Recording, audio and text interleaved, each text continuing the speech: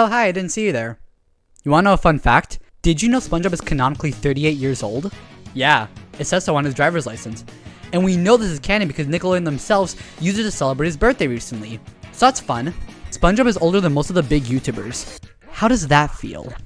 For those who don't know, Saving Bikini Bottom, the Sandy Cheeks movie, is a 2024 Nickelodeon movie based on the series SpongeBob SquarePants, created by the late Stephen Hillenburg.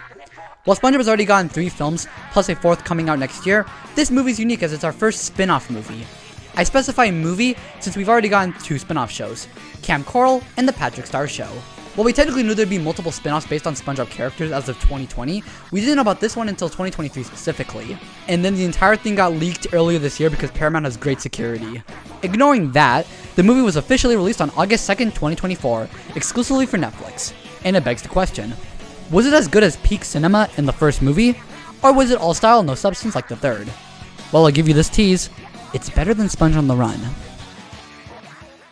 So the plot is relatively pretty simple. Boots, the company Sandy works for, has scooped up Bikini Bottom and plans to experiment on the fish, with the end goal of turning them into indestructible toys so they can sell them to children. Luckily, SpongeBob and Sandy managed to escape before Bikini Bottom was taken, so now it's up to them to make their way to the Boots laboratory in Texas to save Bikini Bottom. Along the way, Sandy reunites with her family, who are apparently circus performers. You got her mom and pa, grandmother, 2 twins, Randy, you know, the works. Ending up to make it to the lab, to which we learn that Boots was using Sandy to spy on Bikini Bottom the entire time, which is where they got the idea to turn her friends into marketable toys. Insert comment about the oversaturation of SpongeBob merchandise here. And speaking of SpongeBob, this is horrifying. But with the help of her family, they managed to get Bikini Bottom back into the ocean and defeat the evil Tsunami. Oh yeah, I forgot to talk about Tsunami. She is a great villain with the best backstory I've ever heard. Okay, so when she was younger, she really liked fish. Like, really liked fish, to the point where she would always want to cuddle with them and take them out of the water. But then she would act surprised when finding out that they would die because that kills them. So she has spent her entire life trying to figure out how to make fish breathe air just so she can smother them with affection. It's amazing. I love this villain. It's so stupid. Also, they turn into a fish. And that was Saving Bikini Bottom. The plot feels short, but only because after Sandy and SpongeBob leave the ocean and meet up with their parents, the movie essentially becomes a road trip affair. However, the movie cutting back and forth between SpongeBob and then the characters at Boots' lab helps prevent it from feeling like it's prolonging time. The animation is fine. I wouldn't call it bad per se because you can clearly see a lot of effort was put into the animation. The models are incredibly expressive. Characters will switch outfits for visual gags all the time, which being for CGI, had to take a lot of time, even if it was something like a little hat or a simple jacket. The lighting can be incredible at times. Take the scene with Sandy when her suit warns her about the impending danger. It looks so good. So when it looks good, it looks good. However, when it looks bad, it can be uncanny. Mr. Krabs, Mrs. Puff, Larry, and other characters can just look off most of the time, and other characters like Patrick are a split 50-50. Even SpongeBob and Sandy, which in my opinion probably look the best out of all the characters, can just look weird depending on where the camera is placed. It reminds me of Battle for Bikini Bottom Rehydrated sometimes. Their interactions with the real world doesn't look that bad, though there are a lot of cases where the animators just blur the background to excuse the lack of lighting on them sometimes. I think the snakes are just weird. Like, they look really weird. It's that blend of trying to make a cartoony design realistic that just echoes the days of Smurf 2011 and Alvin and the Chipmunks. Also, this movie wants to be 3D so bad. So many scenes of characters lunging into the camera or having specific things be seen in the front of the camera that makes me think I'm watching Spy Kids 3D without the 3D glasses. The blend of humans and CGI can look a bit rough. I can't tell if they're doing it on purpose or if they just don't have the time to make it look good. The brief areas of 2D animation are serviceable, but it's mostly frame by frame, pose to pose type deal. No real having in between frames and stuff like that. They think they're me. You can tell this was made for streaming, but at the same time, there is a lot of life in the animation. Characters in the background will never be static. There will be gags going on all the time. The animation will always be expressive. It does make me wonder if the reason why the movie is half live action, half animation is so that way they can spend more time animating the characters instead of having to spend time doing stuff like modeling backgrounds or rigging up a bunch of little things like items characters have to hold or other actors or new characters that they need to bring in. But I'm just speculating. First things first, I respect the movie a ton for trying a concept this weird. Make no mistake, this movie's plot isn't perfect, and I have a lot of issues with it. But I will happily take a movie like this over a movie that plays it safe. Sponge on the Run suffers too much from feeling like it's retreading waters that we've already seen. Gary being kidnapped, SpongeBob and Patrick going on a road trip, SpongeBob's friends needing to rescue him.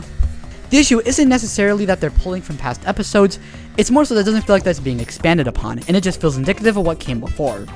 Saving Bikini Bottom, on the other hand, is the exact opposite. We've seen Bikini Bottom in peril before, we've seen them above land before, and we've seen a road trip adventure before, but the difference here is they iterate on what they're pulling.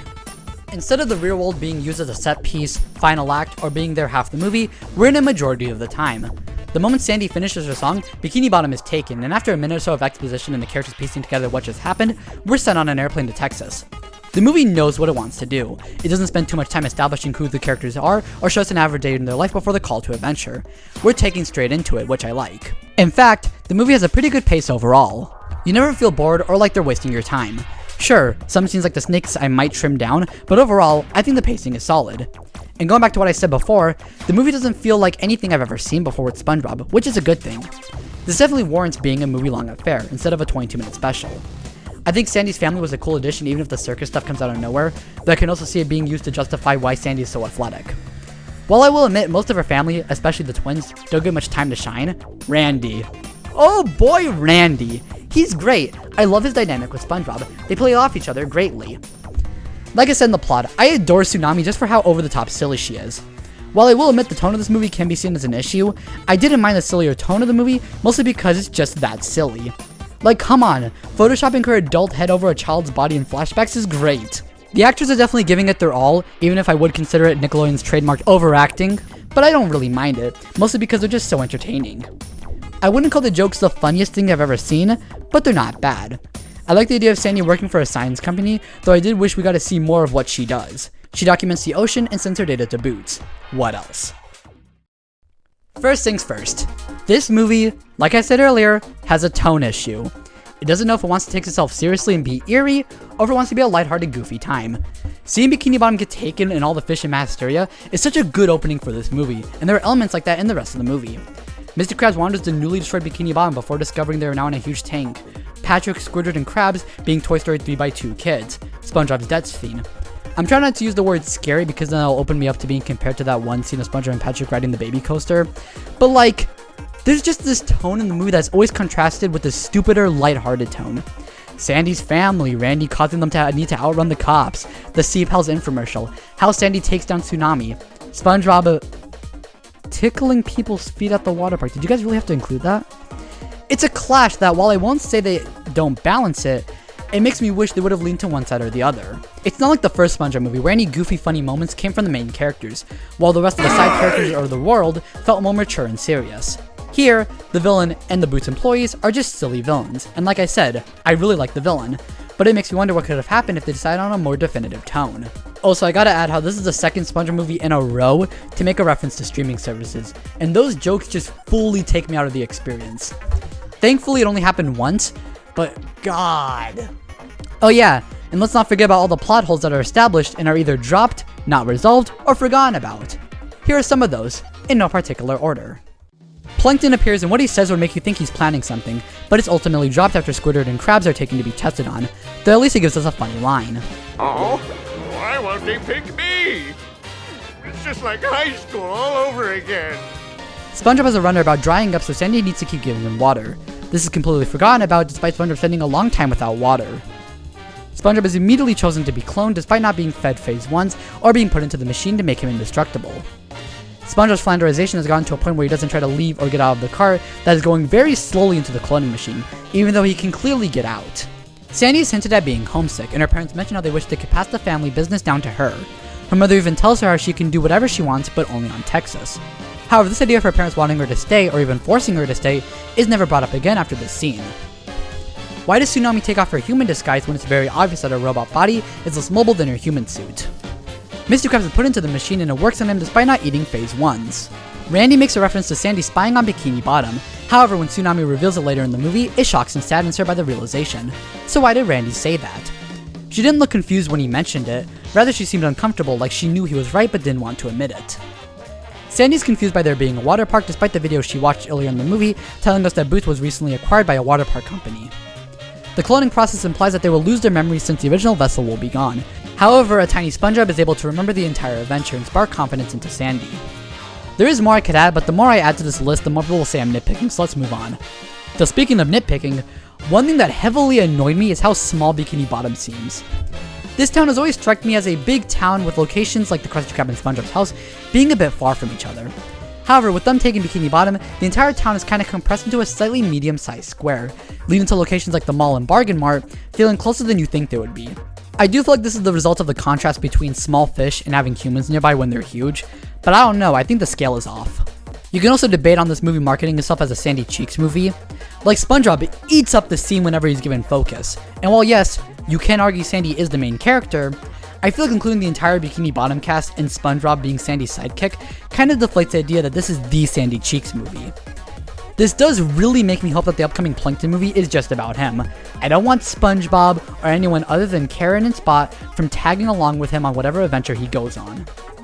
Overall, Saving Bikini Bottom was a fun time. I wouldn't call it a great or amazing film, but as a Netflix flick, it can definitely be a fun time. Between the fun characters, original story, and grand stakes, I can see someone enjoying themselves.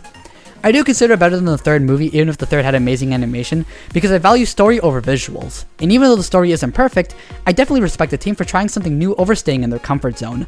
Before the final cut, the third movie had a lot of cool concepts and stories that were unfortunately scrapped. So hopefully with projects like these, it makes me hopeful that one day we will see that alien cats idea become something. While I do think this movie could benefit from a rewrite or two, I'm not losing sleep over what we got. Man, when you think about it, with the two SpongeBob movies we're getting next year, 2025 is going to be the year of SpongeBob. Now if only the show can be funny again.